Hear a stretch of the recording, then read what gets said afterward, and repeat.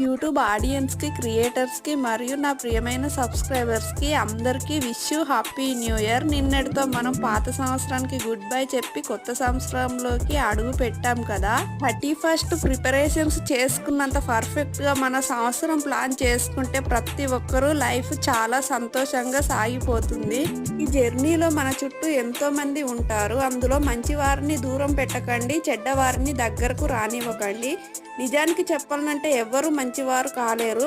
అందరూ కాలాన్ని బట్టి మారుతూనే ఉంటారు కాబట్టి మీ లైఫ్ మీరే సెట్ చేసుకొని ముందుకు సాగండి.